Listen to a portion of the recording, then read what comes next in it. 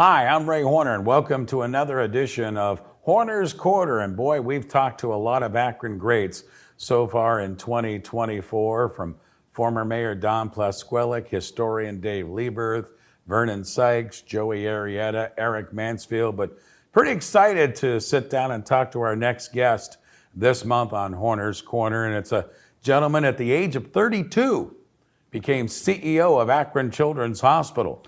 And at that time, the footprint with Akron Children's Hospital was about a budget of $3.5 million and about 900 employees. Well, they employ now about 6,000 employees and expanded to buildings all over the city of Akron, and all under this guy's tutelage with the fine committees and the personnel he's put together.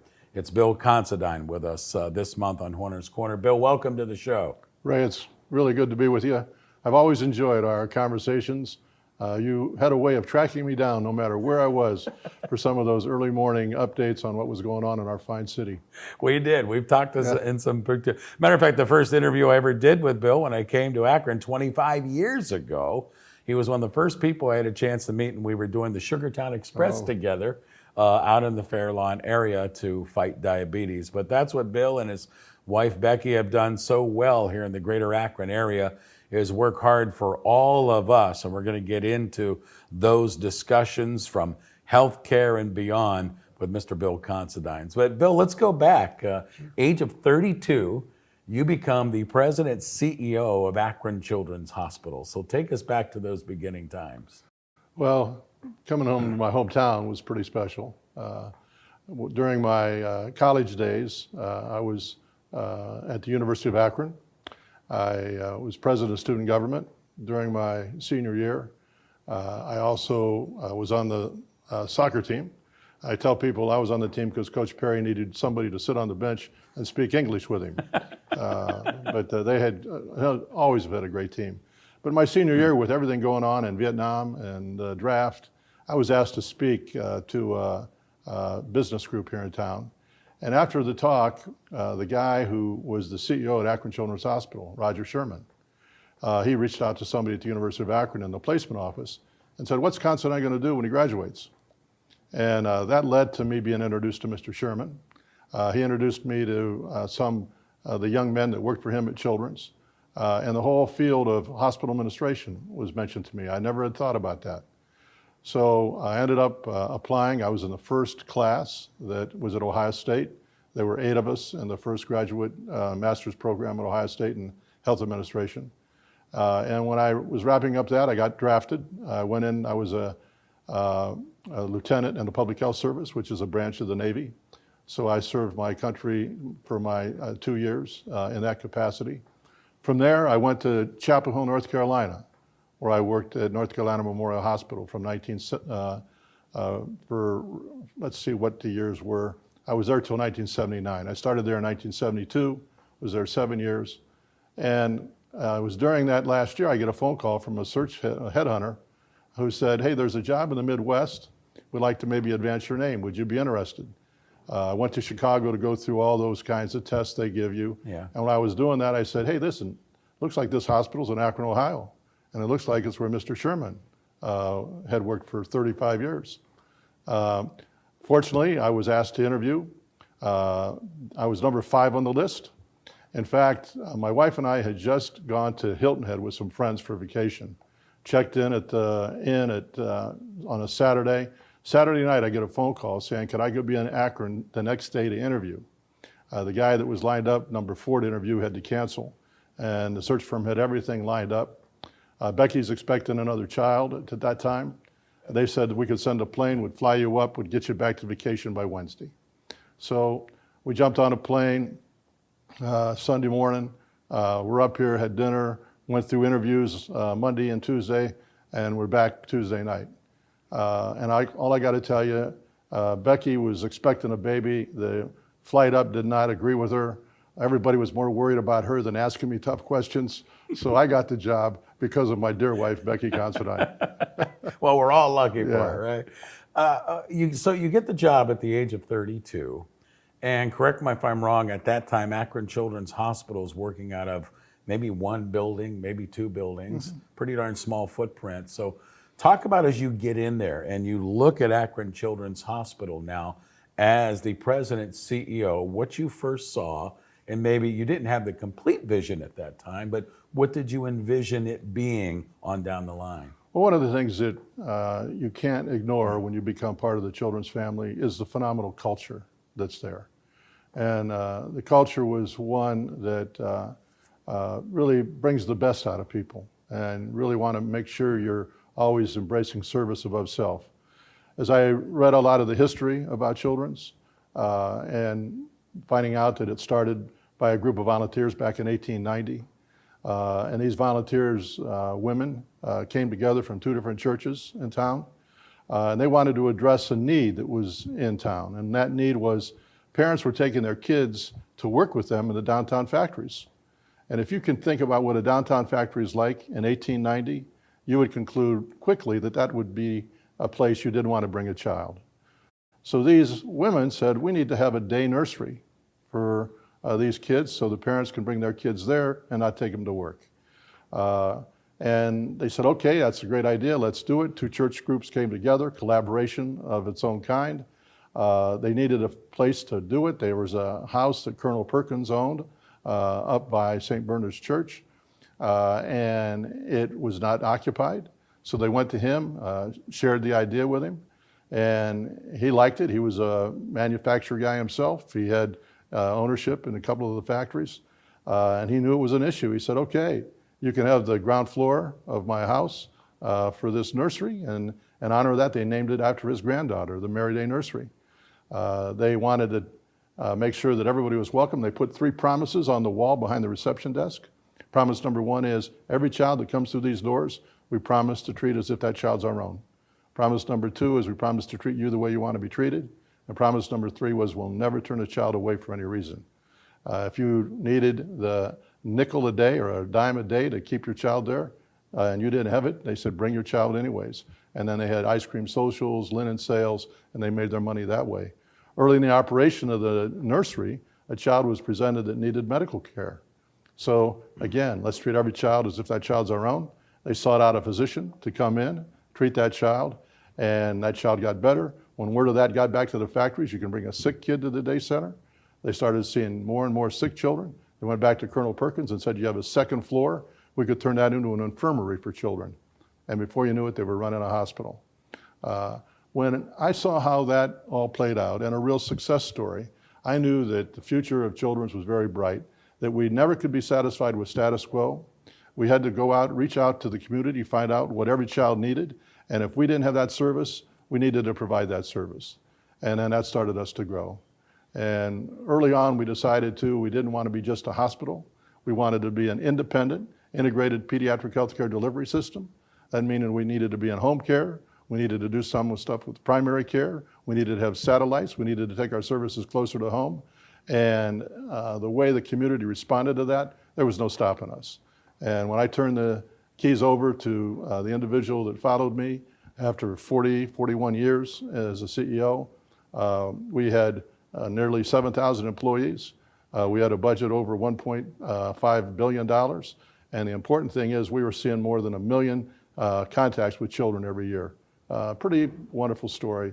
And I still feel great about it. It's an amazing story. Yeah. And we're talking with Bill Considine this month with Horner's Corner. I'm Ray Horner, Bill Considine, and you heard him mention 40 years, President, CEO of Akron Children's Hospital. And like you said, you got the whole ball rolling, and really starts with the infant kids, but certainly the teens, and that's it. But I was involved in the infant kids with my kids coming over there. So I kind of know firsthand, but that is quite an investment into the care, the equipment, the buildings. I wanted you to go down the road of people feeling comfortable in using Children's Hospital, because you were brand new, you're coming in, but you had to gain the trust of a community that already had some medical institutions. Right, and the best way to do that is to be out in the community. I worked, and my wife Becky was perfect at this. We wanted to be involved with other organizations and not just children's. We wanted to build partnerships between are clinicians, partnerships between the families that would come in to the hospital for care. And those partnerships are still alive today. I can tell you so many stories about the families I got to know over 40 years who I still run into in the community. What is beautiful about still being in this town is there's not a day that goes by where somebody doesn't come up to me and say, hey, aren't you Bill Considine, Children's Hospital? I got to tell you a story.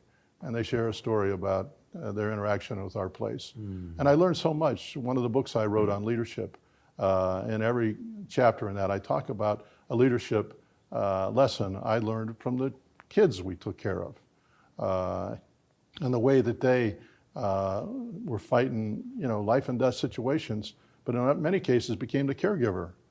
They knew what was going to happen to them, even though they might have only been 9, 10 years old. And they wanted to make sure their mom and dad were okay. They wanted to make sure their siblings were okay. They wanted to make sure the nurses and the doctors and other people were okay. And they did all kinds of things to make sure that happened. One little girl by the name of Angie, she did sun catchers that she gave to people. And the wonderful thing about that, Angie was a sun catcher. The way she would come into a room, she would bring that bright light to everybody, even though she was going through chemotherapy and things of that nature. But her eyes always had that sun catcher light to them. And when she passed away, her mom Joyce had 2 sun catchers that Angie had not finished yet. And Joyce keeps one of those sun catchers at her house to remind her that her job of being Angie's mom will never be done. And the other sun catcher she gave to me. And I kept that in my office to make sure that I was reminded daily that our job of taking care of kids would never be done. I'm glad you said taking care of kids, because that's the one thing. You're not only a president, CEO, you and your wife Becky, of Akron Children's Hospital as the president, but then you find all this other time to help out this community, and specifically a lot of your work went into helping kids in the greater Akron area. Take us back, and maybe we have to hit the reset button and go way back. I mean, you love the Akron area, but where did that love for the kids start? Because you and Becky have done so much for children and for families in this Akron area. Well, I give my mom and dad credit for that. I'm the oldest of 5. Grew up in South Akron, and not far from Summit Lake, which is one of the reasons I'm so involved right now in trying to bring Summit Lake back alive. And my wife Becky is a Firestone High School grad. And both of us, and when we reflect back on our childhood, have wonderful memories of organizations that helped us out. Pete Berg, a dear friend of mine, he and I played a lot of basketball at the Urban League Center that was on Market Street. If that facility had not been there, I don't know what we would have done with our time. Probably gotten in trouble. But you were around people that understood how important it was to invest in you and try to help you. I was a Boy Scout. I did a number of things in CYO, playing baseball, playing football, running track, those kinds of things that, again, taught you teamwork, taught you how to be a good winner, but also a good loser. The whole issue of sportsmanship. And Becky was the same way. She was a very accomplished swimmer. She started the tennis program when she was a student at the University of Akron. They did not have tennis. She started a little tennis club. Now it's a MAC champion a few years ago in tennis. She's very proud of that. She'll show you her ring that they gave her, I tell you. I'll have to check that out sometime. So, again, I give that groundwork that was done by parents and others that now you want to give back, and it's our turn to give back. So we try to do that. And my mom and dad believed in that. My dad was one of 11 children. And even growing up, when I was born, we lived in an attic in a house by Lakeshore Jewelers. And then when my sister was born, that room was too big. We moved into my dad's brother's house. We lived upstairs, he lived downstairs. And all the kids, we started growing up together, and then the house got too full. And then we moved into the house where all my siblings and I grew up in on Victory Street that they moved out of in 1967. So, Bill Considine is with us. He's this month's guest on Horner's Corner. So let's go to November of 2018. I know I was a little bit surprised when I heard that you were going to step down as president CEO of Akron Children's Hospital.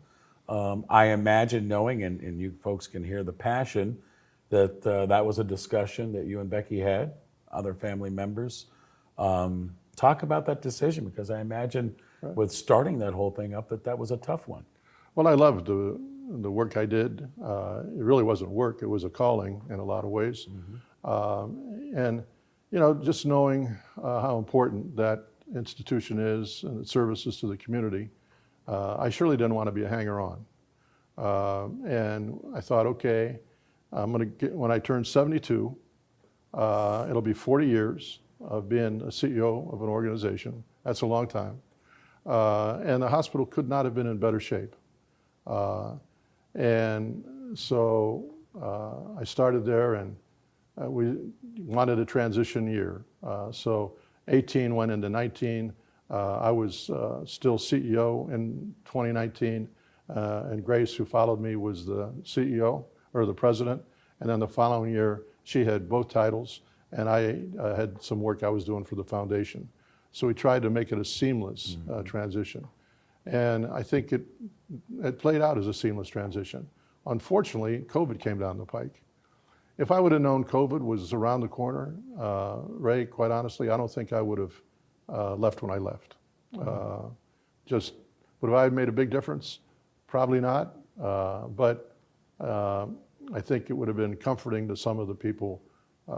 I got to the point where the hospital when I walked around the hospital and visited the staff, I was dad. And my dad always wanted to make sure that people felt safe. And that was one of my goals. I want our people to feel safe. So they would do their best without fear of what's going to happen to them with all the stuff going on in healthcare. But it wasn't an easy decision. But the hospital is bigger than any person. And I had to remind myself of that a few times. And it's doing great. You mentioned that, and there's so much more to Bill Considine and his family, and obviously Akron Children's Hospital is a big part of it. But Bill has spent some work. He's done a lot of time. He has a passion for Greater Akron area. And we have so many things that you mentioned, the Summit Lake Initiative, and that's wonderful. I know you have some interest in Firestone, our wonderful country club that puts the spotlight on us. There's so many things in the Greater Akron area that you look at, I imagine, and glad that at some point that maybe Bill Considine's fingers have touched a lot of those areas. Well, you know, when you have an opportunity to be involved with good people and this whole issue of even partnerships, you know, one of the wonderful things at Children's that I learned over time too is when you build partnerships with other hospitals and you don't hold your resources away from them, all of a sudden you're running the neonatal units in 6, 7, 8 different hospitals, in addition to what you have on your Akron campus. And we did that. And that same kind of philosophy of building partnerships works on a lot of these community initiatives I'm involved in.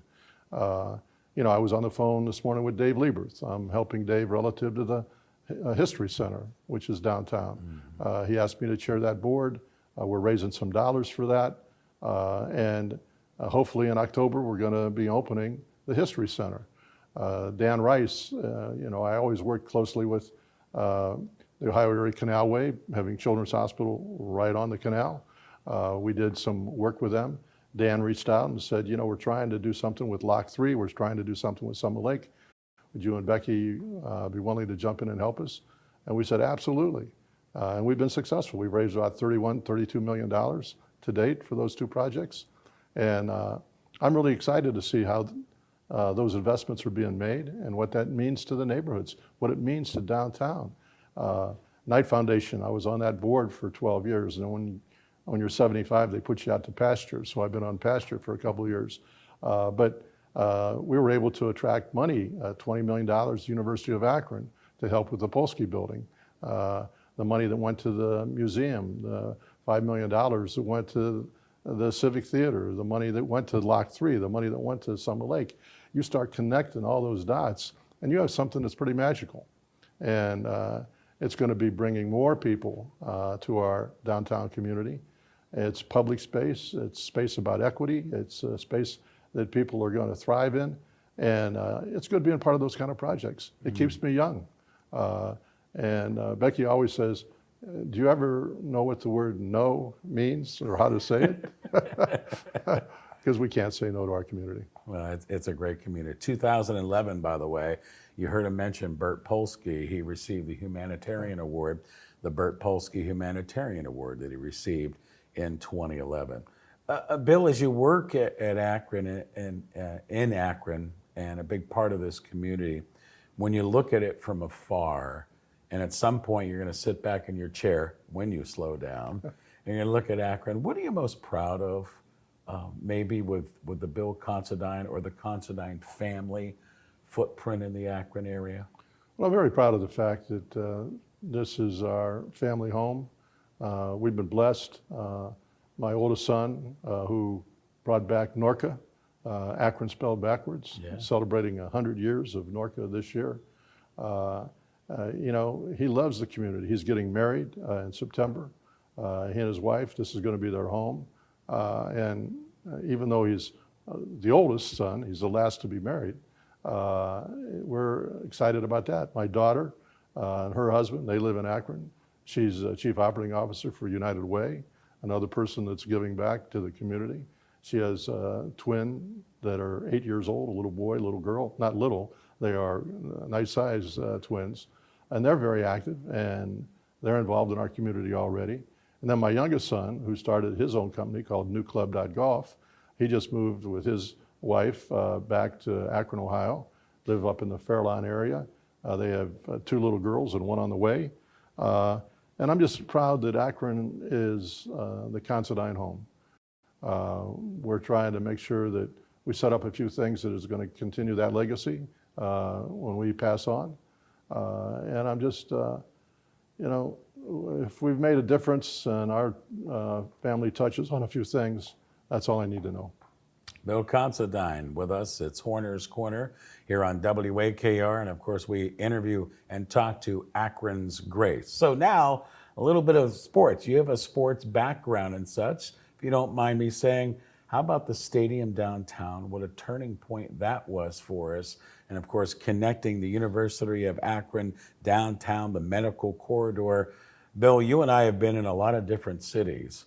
I think the downtown Akron area is pretty special when you look at sports, education, entertainment, and medical, and an entertainment district and a medical corridor, all within 3 blocks of each other. Oh, it's